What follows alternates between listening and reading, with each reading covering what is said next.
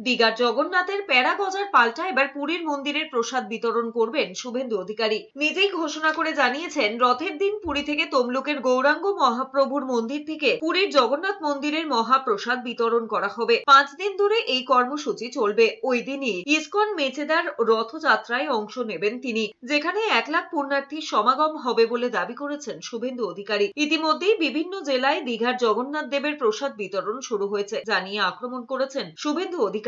রাজ্যের বিরোধী দলনেতার অভিযোগ, প্রসাদ নিয়ে রাজনীতি করছে তৃণমূল। স্থানীয় প্রসাদকে দীঘার জগন্নাথ দেবের প্রসাদ বলে বিলি করা হচ্ছে। 3টের সময় পুরী থেকে মহাপ্রসাদ আসছে, আমাদের গৌরাঙ্গ মহাপ্রভুর মন্দির তমলুক, আমাদের বিতরণ শুরু হবে। 5 দিন ধরে পুরীর মহাপ্রসাদ হবে, গজা পেড়া না। বিকেল 4টার সময় ইসকন মেছেদার রথযাত্রা, 1 লক্ষ লোক নিয়ে।